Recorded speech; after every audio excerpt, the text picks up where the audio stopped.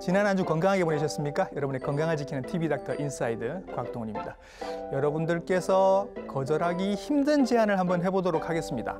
만약에 어떤 암을 거의 100% 예방할 수 있는 방법이 있다면 하시겠습니까?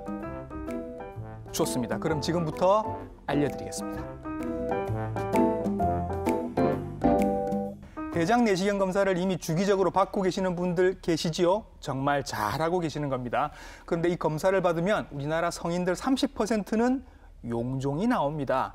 대장 내시경 그리고 이 용종 어떻게 이해를 해야 될지 오늘 확실하게 알아보도록 하겠습니다. 친절한 오늘의 닥터 이분께 여쭤보도록 하지요.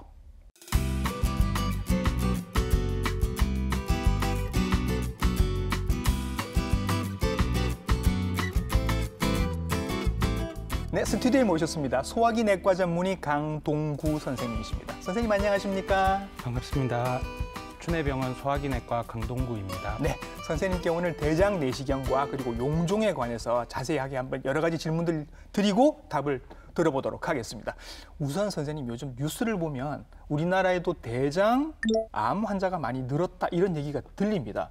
실제로 선생님도 그렇게 느끼시나요? 네, 최근 우리나라에서도 대장암 유병률이 굉장히 이제 높아지고 있는데 네. 이것은 서구화된 식생활 그리고 과도한 육류 또는 가공육의 섭취 등에 의한 것으로 생각이 되고 있고 네.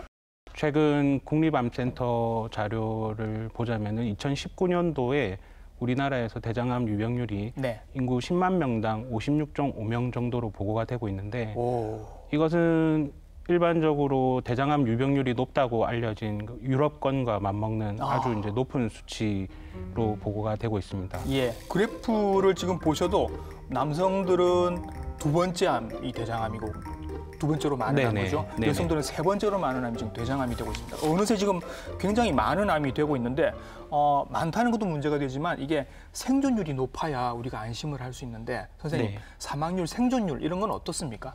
보통 일반적으로 갑상선암은 5년 생존율이 매우 높은 것으로 알려져 있고 그래서 뭐 착한 암 이런 이야기를 하죠. 네.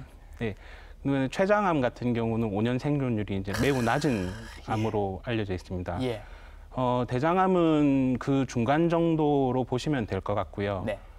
우리나라 통계를 보면은 과거에는 대장암의 5년 생존율이 한 56% 정도였는데 최근에는 74% 정도로 많이 향상된 수치를 보이고 있습니다. 이렇게 향상이 된 어떤 계기들이 있겠죠. 선생님들께서 치료를 잘해 주셔서. 물론 저희가 뭐 의학 기술이 발전하고 이제 치료 약제가 더 좋은 약제가 개발되고 하는 것도 있겠지만 그 대장암 검진을 통해서 대장암을 이제 조기에 발견하고 빨리 치료를 하고 하는 것들이 이러한 그 5년 생존율을 높이지 않았나라고 이제 생각을 하고 있습니다. 자, 그럼 보시면 이제 어떤 검진 방법들이 한번 있는지 보도록 할게요. 선생님, 일단 한 3가지 정도가 나오는데 대장 내시경은 저희들이 아주 잘 알고 있는 거고 오늘 얘기를 할 거고요. 또 다른 방법들이 있죠. 현재 대장암 검진으로 제시가 되고 있는 방법들을 보면 이제 분변 자멸 반응 검사, 그리고 S상 결장경 검사, 대장 이중 조형 검사, 그리고 대장 내시경 검사 이런 검사 방법들이 있습니다. 분별 잠혈 검사라고 하는 게 이제 대변을 받아서 그 안에 피가 있는지를 보는 겁니다. 그죠? 네네네. 여기 이제 50세가 넘으면 매년 하시는 검사, 그죠? 네, 국가암검진 사업으로 만 50세 이상부터는 분변 자멸 반응 검사를 매년 시행을 하고 있습니다. 근데 선생님, 저는 이 검사를 별로 믿지 않습니다. 왜냐하면 암이 있는데 암에서 피가 안 나오면 분별 자멸 검사에서 그냥 음성으로 계속 나오는 거니까 이분들이 잘못하면 내가 암이 없다라고 생각을 하실 수도 있는 거거든요. 네, 선생님은 맞습니다. 어떻게 보시나요? 분변 자멸 반응 검사라는 게 뭐 정확한 검사 방법은 아니지만 비용이 저렴하고 또 간단하고 안전한 검사 방법이기 때문에 국가에서 1차 검진으로 이제 많이 시행을 하고는 있는데 분변 자멸 반응 검사가 이상이 있다라고 나오면은 추가적인 정밀 검사를 꼭 받아보시라는 뜻으로 이해를 하시면 되고 그런데 이제 대장암 초기이거나 아니면은 대장 용종들이 있는 경우에 분변 자멸 반응 검사는 정상으로 나올 수가 있기 때문에 분변 자멸 반응 검사가 정상이라고 해서 안심을 하시면 안 되고, 그렇죠. 가장 확실한 방법은 대장 내시경 검사라고 할 수 있겠습니다. 그리고 잠시 얘기가 나왔던 거 S결장 검사라고 있던데 이건 선생님 어떤 검사한 거예요? S결장경 검사는 항문으로부터 약 30cm 정도까지의 거리에 항문으로부터 직장과 S상 결장을 보는 내시경으로 보는 검사 방법인데, 과거에는 아주 오래전에는 대장암 검진으로 사용이 되긴 했지만, 현재는 이 S상 결장경 검사라는 것이 대장을 전체적으로 보는 검사가 아니기 때문에 임상적으로 실제로 대장암 검진을 위해서 잘 사용되지는 않고 다른 목적으로 하는 검사이기는 합니다. 그리고 대장 이중 조형 검사, 이것도 그냥 딱 설명만 잠시 듣고 넘어갈까요, 선생님? 예, 대장 이중 조형 검사라는 것은 항문으로 그 엑스레이에서 잘 보이는 바륨이라는 액체와 공기를 같이 주입해서 그 바륨이라는 액체를 대장 점막에 바른 다음에 엑스레이를 찍어서 대장 점막을 청사진처럼 찍어서 이제 보는 검사 방법인데, 이것도 간접적으로 보는 검사이기 때문에 대장 병변을 정확하게 관찰할 수가 없고, 앞서 말씀드린 1차 검진인 분변 자멸 반응 검사에서 이상이 있다고 나왔지만 불가피하게 대장 내시경 검사를 시행을 하지 못하는 경우에 2차적으로 차선책으로 선택을 할 수 있는 검사 방법입니다. 그러니까 대장 조형 검사는 사실 누구나 다 받을 수 있을 거라고 생각을 했는데 간혹 이걸 받을 수 없는 분들도 계시다는 거죠. 네네네. 어떤 분들이 선생님 있을까요?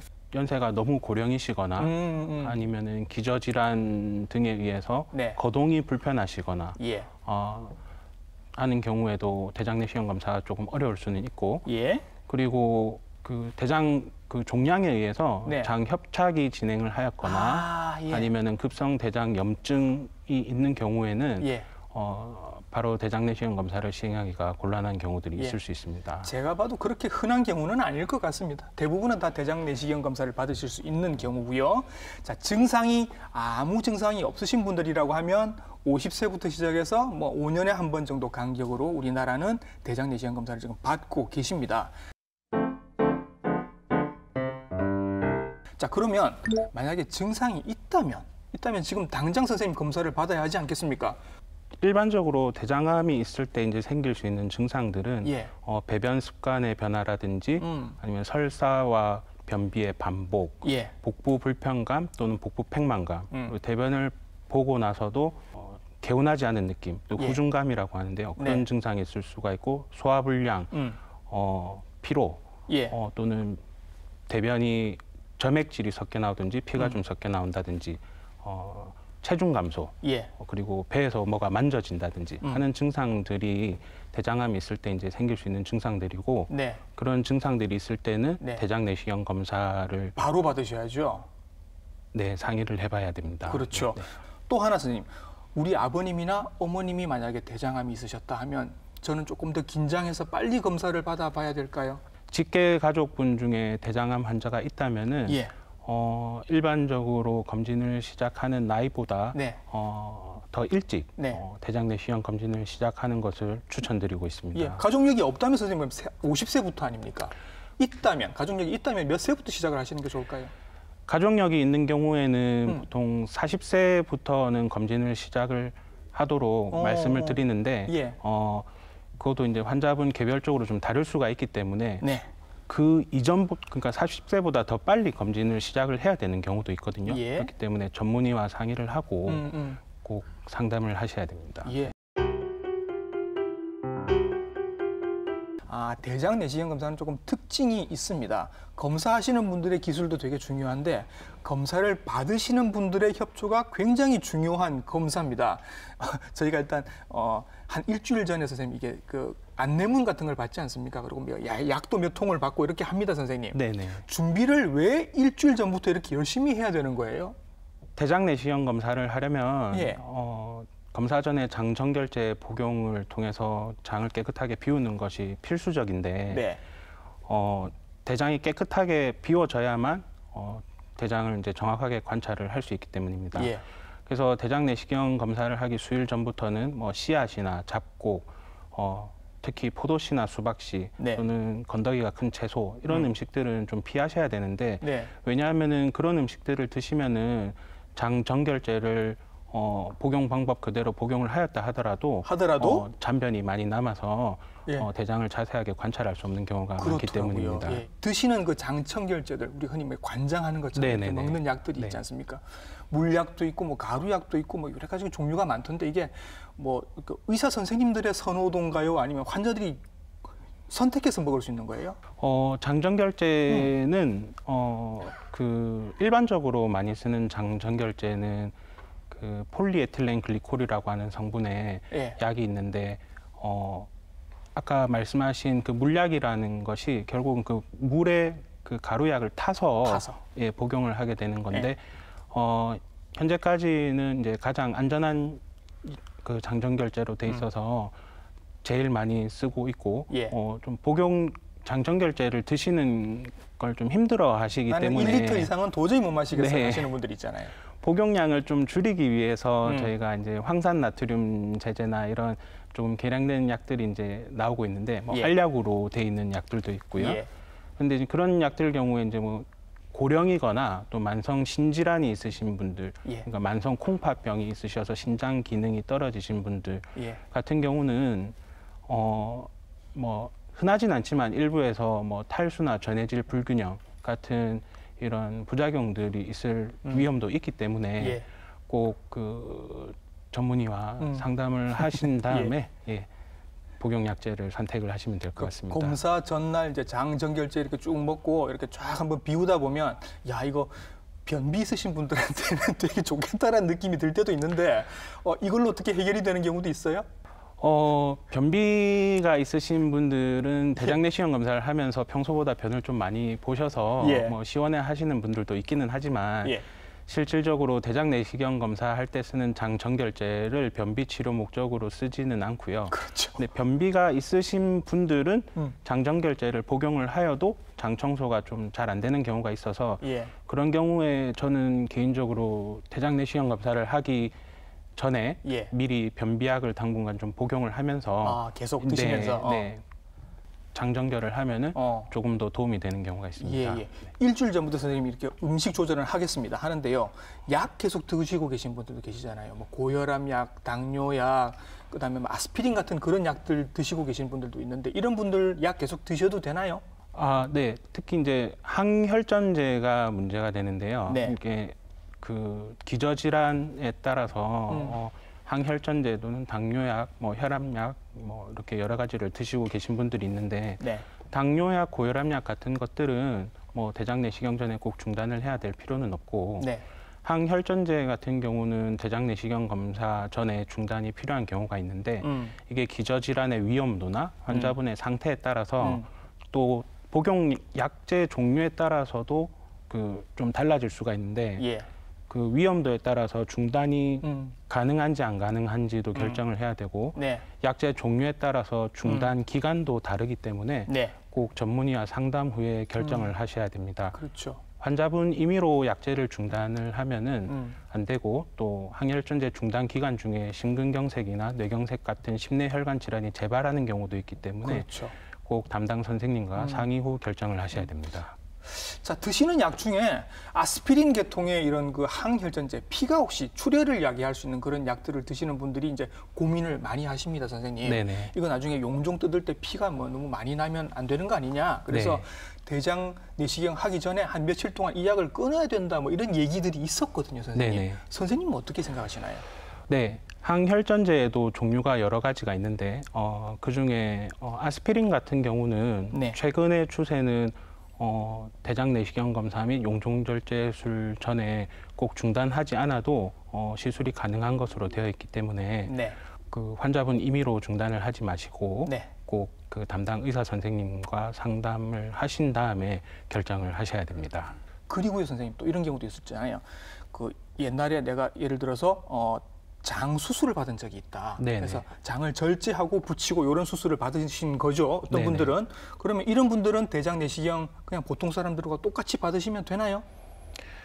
네, 똑같이 검사를 받으시면 됩니다. 다만 장 절제술 또는 그 복강 수술을 하신 경우에는 수술로 인해서 장의 구조나 굴곡이 좀 달라져 있다든지 그렇다더라고요. 유착이 있을 수가 있기 때문에 검사가 다른 분들에 비해서 조금 더 시간이 걸리고 조금 어려울 수는 있는데 검사를 못 받는 것은 아니니까 안심하시고 검사를 하셔도 됩니다. 저는 대장 내시경을 2번을 받았는데 2번 다 수면 내시경을 했거든요. 대장 내시경을 수면으로 하지 않을 수도 있습니까? 네, 그 진료실에서 많은 환자분들이 말씀을 하시는 것이 대장 내시경 검사는 꼭 수면으로 해야 되는 것 아니냐고 여쭤보시는데요. 그렇지 않습니다. 수면을 하지 않고도 대장 내시경 검사는 가능은 합니다. 수면 내시경 검사라는 것은 엄밀히 말하면은 마취 검사가 아니고요. 의식하 진정 내시경 검사라고 해서 의식이 있는 상태로, 그러니까 자극에 반응을 하고 검사에 협조가 가능한 정도의 의식은 있지만 진정된 상태로 이제 검사를 진행하는 것이어서 내시경 검사에 따른 불편감을 줄여줄 수 있다는 장점은 있죠. 하지만 저희가 실제로 경험상 이렇게 검사를 진행을 해보면 대장 내시경 검사 같은 경우에는 수면 비수면의 여부보다는 환자 개개인의 장의 구조 또는 장의 굴곡 정도, 또 장이 특별히 잘 꼬인다든지 잘 늘어난다든지 하는 분들은 그런 경우에 이제 검사 시에 불편감을 더 느낄 수가 있는데 보통은 일반적으로 숙련된 검사자가 진행을 했을 때는 꼭 수면을 하지 않아도 크게 불편감 없이 검사가 진행되는 경우가 많습니다. 근데 수면 검사를 하시지 마시라는 말씀은 아니고 대장 내시경 검사에 꼭 수면이 필요하다고 알고 계신 분들이 많아서 그렇지 않다는 것을 알려드리고 싶습니다. 내가 내시경은 좋다, 내시경 내가 받겠는데 수면이 무서워서 못하겠다 하시는 분들도 가끔 계셔서 수면 말고 그냥 일반 내시경도 가능하다라는 거 말씀을 드리겠습니다. 준비는 다 됐습니다, 선생님. 이제 검사를 해볼게요. 네네네. 대장 내시경 검사를 받으면 검사 결과가 몇 가지가 나온다고 합니다, 선생님. 어떤 결과들을 저희가 받을 수 있나요? 대장암이 바로 진단이 되는 경우도 있고 대장 용종들이 진단이 되는 경우도 있는데 대장 용종이라고 하는 것은 대장강 내에 점막으로부터 이렇게 융기되는 병변을 모두 통틀어서 대장 용종이라고 하고 튀어나온 건 다 용종인 거군요. 네네. 근데 선종 이런 얘기도 들리고요.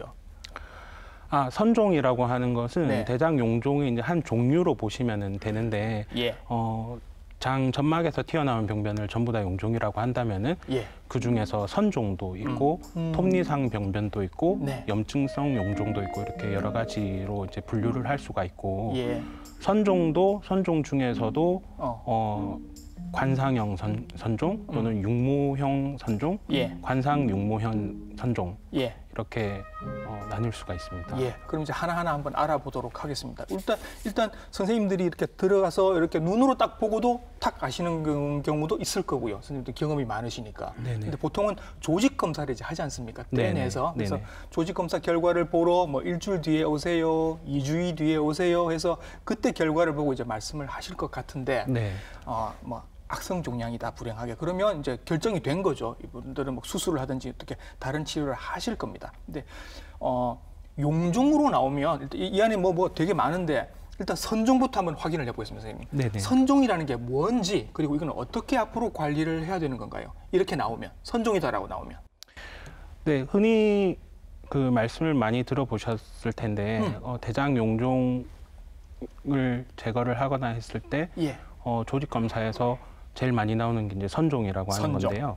이거는 지금 당장 악성 종양은 아니지만 5년이나 10년이 지나면은 대장암으로 발전을 할 수 있는, 그러니까 암으로 변할 수 있는 확률이 있는 용종입니다. 5년이나 10년이 지나면 암이 될 수도 있는 그런 용종을 선종이라고 하는군요.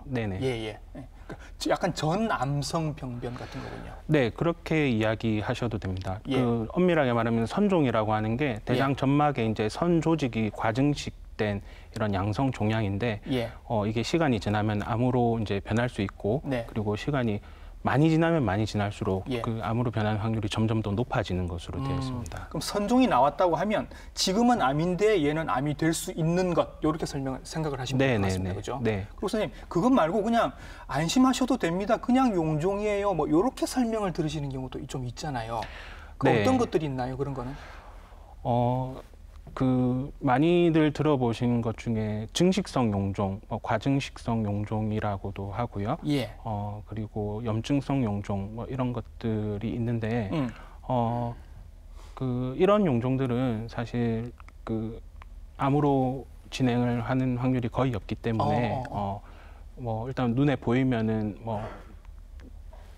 염증성 용종은 굳이 제거를 하지는 않아도 되고요. 과증식성 용종 같은 경우는 눈에 보이면 이제 제거를 합니다만 암으로 진행할 확률이 거의 없기 때문에 크게 걱정하지 않으셔도 됩니다. 선생님들이야 눈으로 보고도 대충 구별을 하시겠습니다만 혹시 모르니까 찝찝해서 일단 보이는 족족 다 그냥 떼내 버리시는 거잖아요. 네, 일단 대장 용종은 보이면은 제거를 하는 것이 이제 원칙이기는 합니다. 근데 안전해 보이는 용종이라고 하더라도 얘가 크기가 크면 또 클수록 위험할 수 있다면서요. 네, 선종이라고 하더라도 아까 말씀을 안 드렸는데 선종 중에서도 조직학적 유형이 조금 다르기는 하고 또 크기가 큰 선종은 작은 선종보다 암으로 진행할 확률이 조금 더 높은 것으로 되어 있습니다. 그래서 저희가 용종을 크기로 이제 분류를 하면은 5mm 미만의 용종은 미세 용종, 그리고 5mm에서 9mm 정도까지를 작은 용종, 1cm 이상의 용종을 이제 큰 용종으로 이제 분류를 하고 있는데, 보통 1cm 이상의 용종 같은 경우는 그대로 놔뒀을 때 암으로 진행할 확률이 조금 더 높은 것으로 되어 있기 때문에 고위험 선종으로 분류가 되고 있습니다. 자, 대장 내시경 검사를 이제 하고 계시는 중에 선생님께서 뭔가 용종 같기도 하고 선종 같기도 하고 이런 녀석을 발견을 했습니다. 그러면 이제 제거하시를 텐데 제거하는 방법이 여러 가지가 있네요, 선생님. 겸자가 있고 점막 절제술이 있고 점막하 박리술 같은 게 있습니다. 일단 선생님, 겸자로 하는 방법부터 한번 얘기를 들어볼까요? 네, 용종의 크기에 따라서 제거 방법이 조금 달라질 수가 있는데 크기가 5mm 미만의 미세 용종인 경우에는 보통 조직 검사용 겸자로 뜯어서 제거를 하고요. 그리고 5mm 이상의 용종에서는 점막 내시경적 점막 절제술이라고 하는 흔히 알고 계시는 일반 용종 절제술 그런 시술을 통해서 제거를 합니다. 그런데 크기가 2cm 이상의 아주 큰 용종 같은 경우는 내시경적 점막하 박리술이라고 하는 특수 시술이 권유됩니다. 한 3가지 방법이 있는데 크기에 따라서 용종의 크기에 따라서 나뉘어지는 거군요. 자, 그러면 겸자는 이제 알 것 같습니다. 저희들이 위 내시경 할 때 이렇게 조직 검사 톡 집어내는 그 집게를 쓰는 그 방법인 거고요. 점막 절제술 한번 보도록 하겠습니다. 지금 영상이랑 같이 보시게 될 텐데 한번 선생님 이거 어떤 과정들이 있는지 쭉 설명을 좀 해주시겠습니까? 네, 내시경적 점막 절제술이라고 하는 거는 대장 점막에 있는 대장 용종을 얇게 도려내서 제거를 하는 것인데 우선 점막 아래로 주사 약물을 주입해서 대장 용종을 점막 위로 이렇게 풍선처럼 부풀려서 띄어 올린 다음에 저희가 스네어라고 하는 올가미로 묶어서 전기를 통전시켜서 용종을 제거하는 방법입니다. 마치 무슨 야생마 잡는 것처럼 저렇게 올가미를 휙 던져서 저렇게 감습니다, 그죠? 감아가지고 근데 저 감는 저 줄이 그냥 줄이 아니라 저게 이제 철사 같은 거라서 저기 전기가 통하는 거죠. 네네, 맞습니다. 전기가 통해서 찌지직 태우면서 저게 툭 떨어져 나오는 거죠. 네네네, 맞습니다. 그러면 이제 그 떨어져 나온 조각은 쑥 흡입을 해서 이제 빨아들이는 거고. 그럼 이제 저렇게 자국이 남게 되는데 지금 저기서 피가 나거나 할 수도 있을 것 같아요, 그죠? 네, 용종 절제술을 하고 나면은 당연히 상처가 남겠죠. 거기서 이제 출혈이 이제 생길 수도 있고. 용종 절제술을 하고 난 다음에 이제 출혈 이외에도 합병증들이 이제 생길 수 있는데 그런 것들이 이제 용종 절제술을 한 자리에서 장염이 생긴다든지 아니면 장천공이 생긴다든지 하는 합병증들이 생길 수가 있습니다.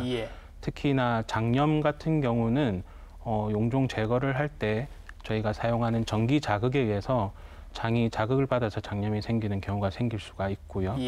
근데 이런 출혈이나 천공, 장염 같은 이런 합병증들은 일반적인 용종 절제술에서는 보통 한 1~2% 내외로 아주 드물게 생기는 것으로 알려져 있습니다. 그리고 그런 부작용이 생겨도 이제 또 처치를 하시게 되니까, 그렇죠? 네네. 피가 날 때는 이렇게 들어가서 또 이렇게 클립으로 이렇게 피가 나는 부분을 꼭 찝기도 하시고, 이런 여러 가지 또 시술들을 추가로 하시는 경우도 있습니다. 지금 이제 보신 게 점막 절제술이 되는 거고, 점막하 박리술도 선생님 한번 설명을 해주시겠습니까?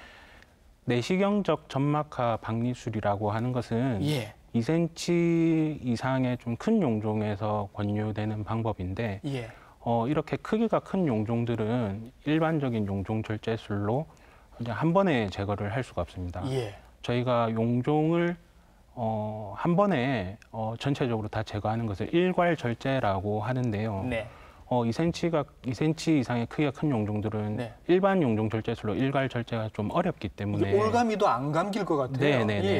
그런 경우에 이제 나누어서 분할 절제를 하게 되면은 다 그런 것은 아니지만 그 재발의 위험도 좀 있기 때문에 내시경적 점막하 박리술이라고 하는 시술을 권유를 드리는데 이것은 내시경 절개도로 그 용종 주변을 절개를 먼저 하고 그 다음에 이제 그 밑으로 점막 하층까지 절개를 해서 용종을 제거하는 방법입니다. 위암 저희들이 설명을 드릴 때 조기 위암 치료할 때 이런 방법을 쓰는데 대장암에서도 이런 치료를 지금 하고 있는 겁니다. 그럼 이렇게 하면 2cm가 넘는 굉장히 큰 용종이나 선종이라 하더라도 치료가 이제 가능해지는 거죠. 이런 방법이 있습니다. 세상에 100% 안전한 치료는 없습니다. 그래서 합병증 같은 것도 생길 수 있겠죠. 네.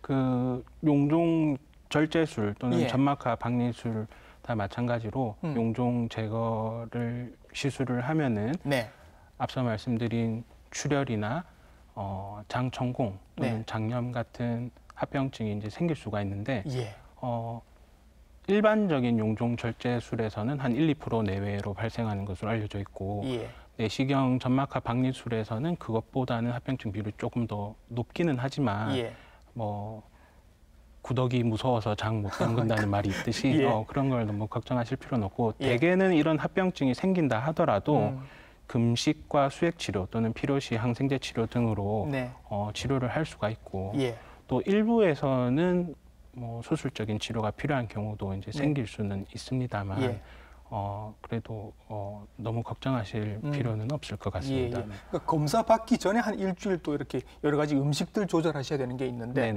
검사 받으시고 난 다음에도 한 2주일 동안 뭐 가급적 먼 데로 여행은 가지 마세요. 이런 안내문들이 있더라고요, 선생님. 이게 그런 것 때문에 그런 거예요?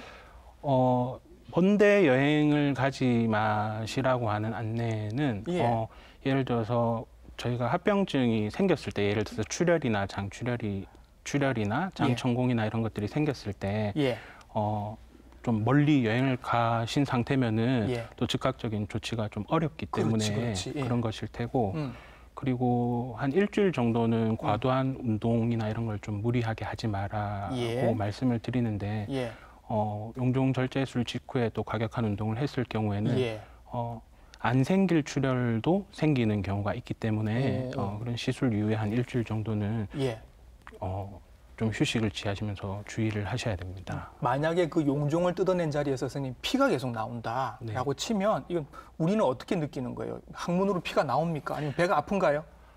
네, 보통 출혈이 생길 경우에는 항문으로 이제 혈변이 나올 수가 있죠.